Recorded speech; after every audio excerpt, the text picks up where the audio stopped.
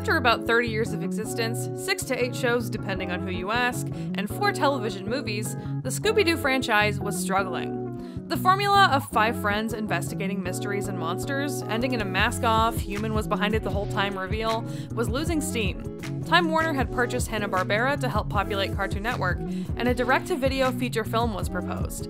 What happened next would change the course of the franchise, as 4 of the most well-known Scooby-Doo features were released to great success due to the way they broke the formula. The monsters were real! Welcome to what I'm calling, for lack of a better name, Scooptober, where we'll take a look at staples of my childhood, the movies that are, in my opinion, the most nostalgic Scooby-Doo movies out there. Buckle in and get ready for a month of monsters that can't be defeated by taking off their masks. Hey, you guys, I didn't see how we were gonna split up. Like, do we ever do it any other way? This week we're starting off with Scooby-Doo and the Cyber Chase. If we were going off of pure nostalgia, I would have said this one was the coolest because of its technological villain. But after watching it again this past week, I definitely have mixed feelings. So let's dive into it. Scooby-Doo and the Cyber Chase was the 4th direct-to-video film created for the franchise, released in 2001, and the last one to feature a real supernatural monster until Scooby-Doo and the Goblin King in 2008.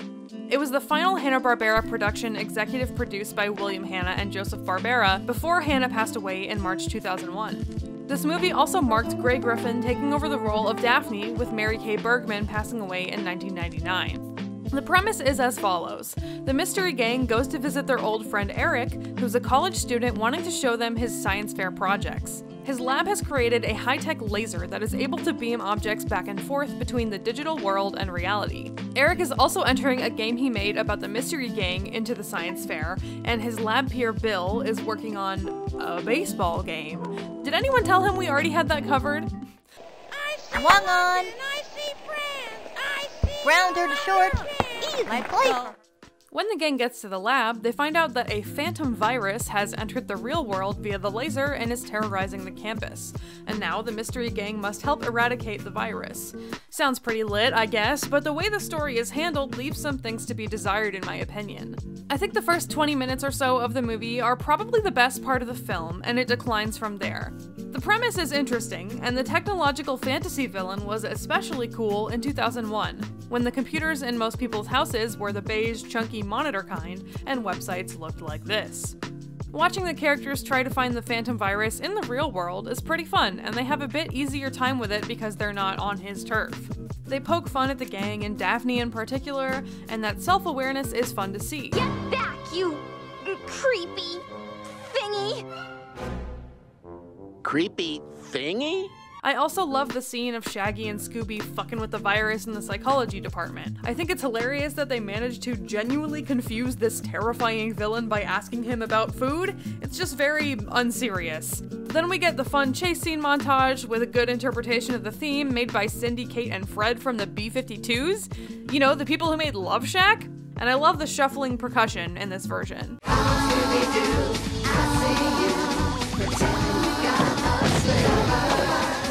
However, I think once the gang enters Eric's video game, things kind of go downhill. Now, the premise of Eric's video game is that you play as the mystery gang, and you must move through 10 levels of the game to beat the game. However, every level except for the last one doesn't seem to thematically have anything to do with the gang at all, and not to mention the goal of each level is to get a box of Scooby snacks, instead of the more logical and thematically fitting goal of unmasking a villain, which is what I would expect from a game about Scooby-Doo characters. In fact, there are multiple Scooby-Doo games that involve you solving a mystery.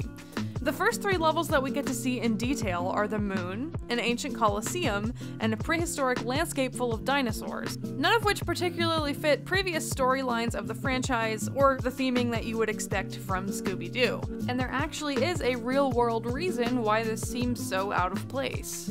The first 4 Scooby-Doo direct-to-video films, which are my personal most nostalgic entries in the 4 films we're discussing this month, were produced by a team that included Davis Doe, Glenn Leopold, Jim Stenstrom, and Lance Falk. They produced Zombie Island and Alien Invaders autonomously, and Zombie Island is still to this day widely regarded as one of the best entries in the entire franchise.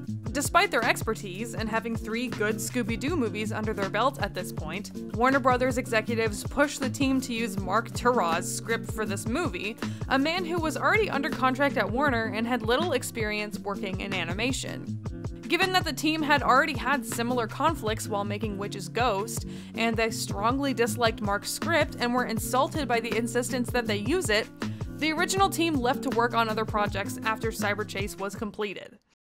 You're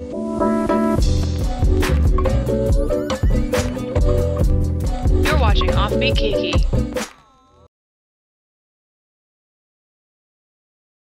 Hey there, thanks so much for watching so far. I hope you're enjoying yourself. If you want to see more of me, go ahead and follow me on Twitter, Tumblr, and Instagram. And if you're interested in getting a behind the scenes look at what I'm working on for this channel, please check out my Patreon. Tiers are as low as $1, and I post weekly updates and exclusive content.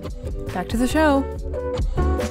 Now, I don't like to be negative on this channel without good reason, so with the understanding that even the original team that made these legendary films was unhappy with the plot and pacing, I'd like to offer an idea for how this concept could have been a lot stronger.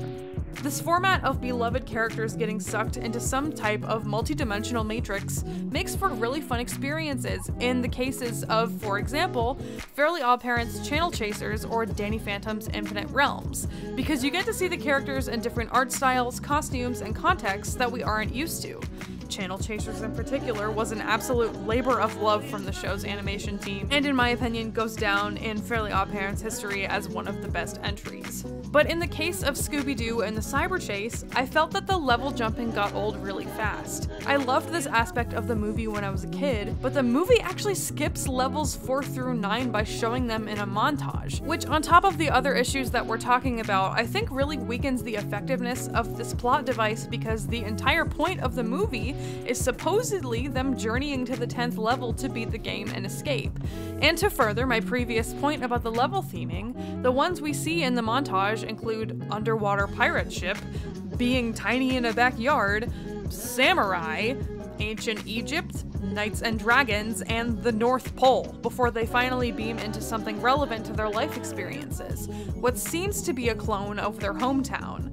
And when they beam into the final level, about half of the runtime remains, and only then do we see them face monsters from their past. What if instead the 10 levels had been about defeating a monster they had previously fought throughout the multiple series in the franchise? They could have used this game structure to revisit the entire history of Scooby-Doo up to this point, starting with the original villains and moving towards more contemporary entries. The Ghost of Captain Cutler, Charlie the Funland Robot, Miner 49er, the Creeper, No-Face Zombie, there are endless options, and it would have been a really fun way to more strongly appeal to legacy Scooby-Doo fans who had decided to show the Y2K era movies to their kids, and or kids of that era who had seen the old Scooby-Doo cartoons like myself. Plus, the main characters would have gotten to use their previous experiences to their advantage, and even the computer versions of the Mystery Gang could have offered up their knowledge and experiences. The Phantom Virus could take over each of those villains' bodies, or he could fuck with the gang's attempts to beat each of those villains and move on to the next level. Just a thought. Instead, they run into him in random costumes and situations over and over again that seemingly have nothing to do with the franchise until we get to the last level that finally bears familiarity. And while collecting Scooby snacks may have been the ultimate goal for Scooby and Shaggy, it was historically nothing more than Velma's manipulation tactic to get them to do stuff, and definitely not the point of their adventures. I'm not an animation writer, but neither was the guy who wrote this movie. Regarding the true villain of the story, Bill, turns out that he just made the virus because he was mad because his baseball game wasn't as good or something, and I think that guy needs to touch grass and or get a girlfriend. That's really all I have to say. I think it's honestly, sadly, just another example about how capitalism can infect and ruin art sometimes, because the first 3 movies had been really amazing, and then the executives came in and were like, hey, we know that you guys have experience on this, but this guy's under contract, and even though he knows nothing, we're basically just gonna give him this movie anyways. I don't know if it's like a nepotism thing or what, but you know, something's off there, and I don't think that art should be subject to this whole corporate favoritism thing because it ultimately typically suffers for it. This film also marked a transition to digital animation, and while there are some scenes that I think look nice, I find the color stories to be a bit bright and generic, and generally feel saddened seeing how this looks compared to the other three. It's not really anyone's fault, as everyone was still learning in the early digital animation era, but in my opinion, it's not a movie that you can pause and appreciate the artwork for as much as the other three. Now, let's go on a tangent for a second, because there was actually a video game for this movie, and I own it! Scooby-Doo and the Cyber Chase was released on the original PlayStation and Game Boy Advance in late 2001. In this game, the player has to defeat bosses and track down collectibles like Scooby Snacks and other things. There are 7 themed stages, which each have multiple levels in them. Not 10 like the movie. Most of the stages directly reflect what happens in the movie, including classic Japan, ancient Rome, Arctic Circle, Egypt, and amusement park. But there is also randomly a level called The Big City that includes Charlie the Funland robot. I have played this before, but I have never beaten it. It seems like the goal is to beat the boss of each level rather than find an elusive box of Scooby Snacks to progress. So I think that speaks to how misdirected the writing of the film was in terms of depicting a video game. Okay, now back to talking about the movie. Now, if you enjoy Scooby-Doo and the Cyber Chase, I'm not here to tell you that you're wrong. It certainly was very fun when I was a kid to watch the gang go through all these levels. I love the villains' design, and it was especially awesome to see them interact with the retro versions of themselves. I still really love all the scenes where you can see the digital and real-world gang hanging out together and observing the dynamics of the interactions between them all. Like this moment where vintage Fred drives them all in the Mystery Machine, and I think the novelty of that element of the story is really what saves this film in my eyes. The Phantom Virus can also kind of be a weirdly sympathetic villain once you realize that everything that he was doing was just a product of his programming. It's not like he was a sentient being with malicious intent. He was literally coded to be evil. So the unceremonious killing and like the way that he seems to like suffer as he goes out is like kind of stressful to watch. I don't know. You can like the nostalgic movies you like, and you don't have to explain yourself to anyone. But personally, I think that this Scooby-Doo movie is the weakest of the 4 we'll be taking a look at this month, and that's why I wanted to tackle it first. The Scooby-Doo franchise means a lot to me personally, and I was pretty saddened to revisit this one and not have it hold up like I expected it to. And while this video is more of a study and critique in animation writing, I hope for the other 3 to be more about art appreciation. I'd love to hear your thoughts in the comments about this movie and how it's aged over time, the things you love or hate about it, and what you're looking forward to for the rest of our Scooptober discussions.